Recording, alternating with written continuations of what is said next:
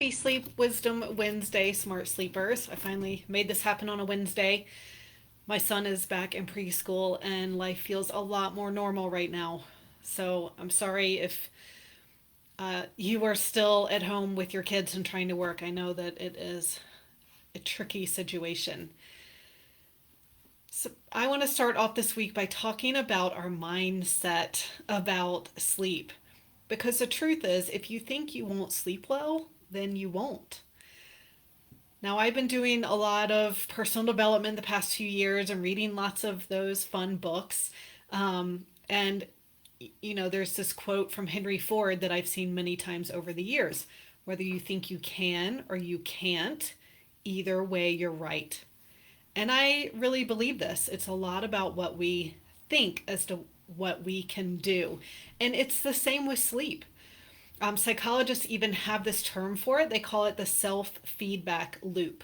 So that means that your self talk, saying to yourself, I can't sleep, leads to your self image of not being a good sleeper, which then leads to your performance of not sleeping well. And so the loop keeps happening, right? And you keep reinforcing it every time you think that, and then you know, change, see that as your identity, and then that's actually what manifest is not sleeping. So I want to talk about 3 steps to change your mindset so that you can start sleeping great. But before we get into those, it's actually interesting that people tend to be the worst judges of how much sleep they're actually getting. So studies show that many people who have insomnia overestimate the time it takes them to fall asleep and overestimate the amount of time spent awake in the middle of the night. So there was even a study at the Stanford University Sleep Clinic that measured the sleep of 122 people who didn't sleep well and who spent the night in the lab. Now, on average, these individuals overestimated the time it took them to fall asleep by 30 minutes and underestimated total sleep time by 1 hour. So you can imagine how that is contributing to your self talk when you say you actually got 7 hours of sleep, but you've overestimated the time that you were awake in the night and the time it took you to fall asleep, and you're telling yourself you only got 6 hours, and that's going to make you feel worse than if you knew that you actually got 7 hours. Now, these researchers believe that these insomniacs often think they're awake when in fact they're in stage 2 of sleep. So next week is when I'll be talking about the different stages of sleep and why that is important to know, especially if you aren't sleeping well. But to get into stage 2 is a really light stage of sleep. So if someone were to wake you up during this stage, then there's a 50% chance that you would say that you weren't even sleeping yet. I see this is when occasionally my husband nudges me and tells me I'm snoring, and I tell him I haven't even fallen asleep yet. What are you talking about? So it's this very light kind of in and out stage of sleep. And so that means that at least part of the time, you're sleeping, it's not registering as full sleep because you're in this very light stage of sleep. So it's easy to wake up in the morning, tell yourself that you were awake most of the night, and then that's only going to contribute to that negative self-talk about sleep and what you're telling yourself about the quality of sleep you had. And if you think about it, humans have what's called a negativity bias, where we focus on the negative things that happen to us. And this was essential for survival, when you needed to really remember what plant was poisonous, far more than you needed to remember the 10 tasty plants. And so, again, our brains have this bias for negativity because that has helped us survive. But it still exists to this day, even though we don't necessarily need it as much. If people pay you 10 compliments in a day and one person criticizes something, what are you going to remember? You're going to remember that one criticism. It's normal, natural part of humanity, but it's good to realize this, and so you can focus on it. I know that when I wasn't sleeping well, it's what I talked about a lot, right? I would complain to my husband, I would complain to my coworkers, I would complain to my friends, pretty much anyone who would listen. I told about how poorly I slept, and that just reinforced me sleeping poorly. And so it was really what helped me was to get out of that self-talk feedback loop. And, if you think about it, sleep is actually a comfortable, very luxurious thing to do.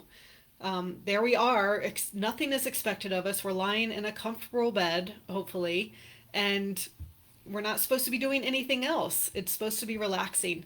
What we're worried about is the next day and how we're going to function the next day. And that worry then increases your cortisol, which suppresses melatonin and is going to wake you up and make it really hard for you to go back to sleep. So it's also really important to keep in mind that your next day is not going to be ruined from one bad night of sleep. And, this is relevant to me a lot too, because sometimes I don't sleep well when I know I have a big presentation the next day, and that's the time you really want to sleep. And so I'll go into it and be like, I am so tired. I don't know if I can do this. And then guess what? You start, your adrenaline starts pumping, and you're totally alert and do just fine for the presentation. And then afterwards you can relax. So, nothing has been ruined in my life from a poor night's sleep. So just another thing to keep in mind. Now let's get into the 3 steps to change your mindset so you can become a great sleeper again. So step number 1 is you want to start observing your thoughts and what you say to others about your sleep. Now, ideally, you aren't judging this. You're just noticing when you are thinking, oh, I'm so tired, or telling someone, oh, I did not sleep well last night. I'm so tired. So for a few days, write down in a journal or on your phone or whatever works when you think about how tired you are or whatever other thoughts about sleep and tiredness and how you're feeling are happening. You can write down the time, write down what you're thinking, and just observe. Now, the next step is after you become more aware of those thoughts, when you catch yourself thinking those negative thoughts about your sleep or about how tired you are, switch those to positive thoughts. So instead, think something like, I will sleep better no matter what. Or, I've slept well before, I can do it again. Or, no matter what happens tonight, I'll still be able to function just fine tomorrow. So start noticing those negative thoughts and then turning them around into positive thoughts when you notice them. And really make an effort not to talk negatively to others about your sleep. So if that's something you've been doing, whenever you catch yourself doing it, just stop. Stop talking about it. And you can tell, the people who you tend to talk to about it what you're doing so that they can stop you as well. And when you feel tired during the day, actually stop and ask yourself what you need. You might need a 10-minute walk in the sunshine. You might need a quick nap. You might need a break, or you might need some food. Maybe your blood sugars dropped too low and you're hungry. So, it's normal to have periods of tiredness throughout the day. Of course, they're going to be worse if you didn't sleep well the night before, but just ask yourself what you actually need, what's going to help in that moment. Now, for the 3rd step, I recommend coming up with your own sleep mantra. So this is something you say at bedtime or if you wake up in the middle of the night. So telling yourself, I've had a couple clients who really like this one after they found out about stage 2 sleep and how people tend to mistake stage 2 sleep for being awake. If you tell yourself, I'm sleeping. Or I like to say, I love sleep. I honestly have to get up and go to the bathroom every single night. And I come back to bed and I curl up in the fetal position on my side, because that's my favorite sleeping position. And I say, I love sleep. And that's going to help you stay positive, stay relaxed. So you say whatever it is that works for you. And I am going to give you a little handout of this if you are in my my group here. And so you can fill in your own sleep mantra and get these 3 steps for how to change your mindset about sleep. Now, before I end this, I do just want to tell you a quick story about a woman named Jenna I met. And we shared a hotel room for a convention we were going to, didn't know each other. And so we're, in the room at night, and she had just flown from Europe and was exhausted. I was on mountain time, but I was on the East Coast, so I wasn't tired when it was 10 o'clock night there. It was 8 o'clock at night my time. So she was like ready to go to bed and I'm not. And I'm like, okay, I can turn off the lights and put on my headphones. She's like, oh, don't worry about it. I'm a great sleeper. And she literally turns toward me. The lights are on. I'm watching, I don't know if I was watching something or reading something. And she just goes to sleep. And, I personally would not be able to sleep with lights on and someone else awake in the room. She's a great sleeper. She totally did. So, just something to consider that people who are good sleepers don't think twice about sleeping, they just do it.